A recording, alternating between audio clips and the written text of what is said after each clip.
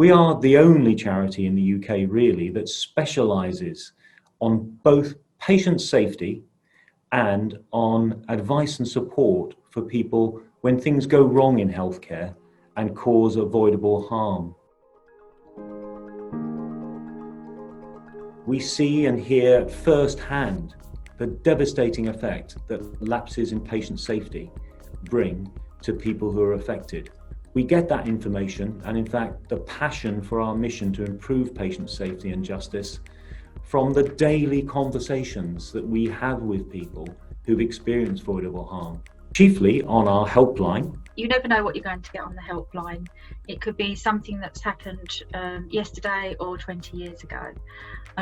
So we're there to listen to the caller's concerns, and then the advice is really tailored to them at what stage they come to us at. I think it helps to point people in the right direction, because AvMA can give some initial advice to people, but also they can signpost people to even more specialist legal advice if they need it as well. Our volunteers are a crucial part of our helpline service. Without the volunteers, we wouldn't be able to run the helpline. So we've got about 60 volunteers and they're working all over the country.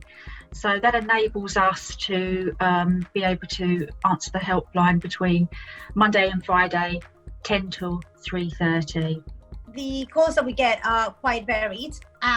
We get some people who just want to reach out to us to get a referral to a firm of solicitors, just because they know that if we've referred them on to them, there'll be a specialist firm and they'll be able to provide the best advice and care possible. And we can also explain to them how to make a complaint to their provider or to the professional body for GPs or for nurses.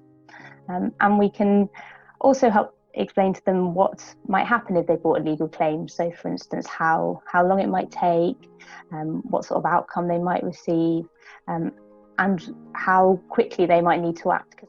It's a great way to know what questions to ask, what information you need, and to provide advice that it's pertinent to the person's concerns and not just general advice of the whole clinical negligence process. Speak to people that you would often not speak to and realise that there's a whole other range of outcomes to someone who suffered poor medical treatment than just going through the claims process.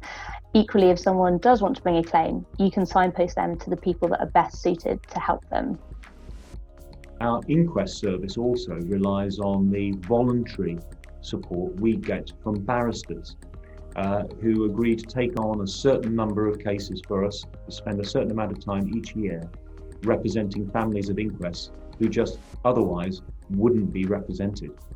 The NHS spends thousands upon thousands of pounds of public money on legal representation for NHS bodies at inquests, and yet the family who want to know the truth, to get to the bottom of it, are often left without any representation. It can be supporting them through the process, explaining what the process is to them, demystifying it, and that is a really important part of it. The other big role is obviously putting forward the family's questions at the inquest, making sure that they get answers to the questions that they might have, providing that extra support which without, I think, someone that knows what's going on, they would find it really difficult.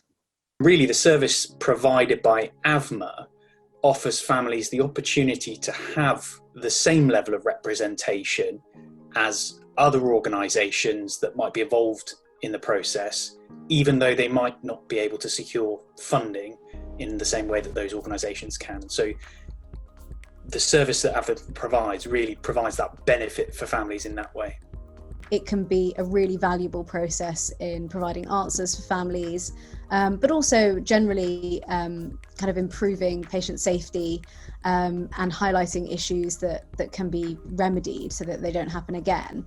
And you only get that outcome, I think, if you have someone there who's able to ask the kind of searching questions.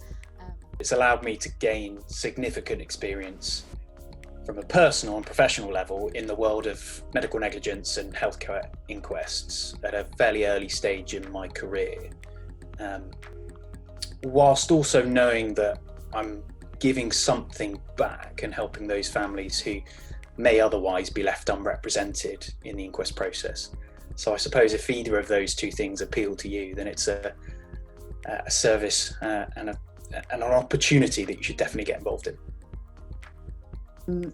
It was also really useful in terms of building my skills in maintaining client relationships and that kind of aspect of the job. It was really useful.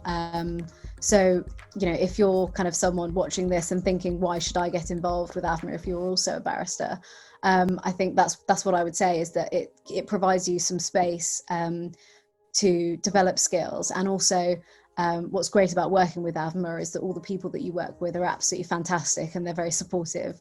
And so you really feel like you're part of a team that's working to try and get the best outcome for a client. So you're not unsupported at any point.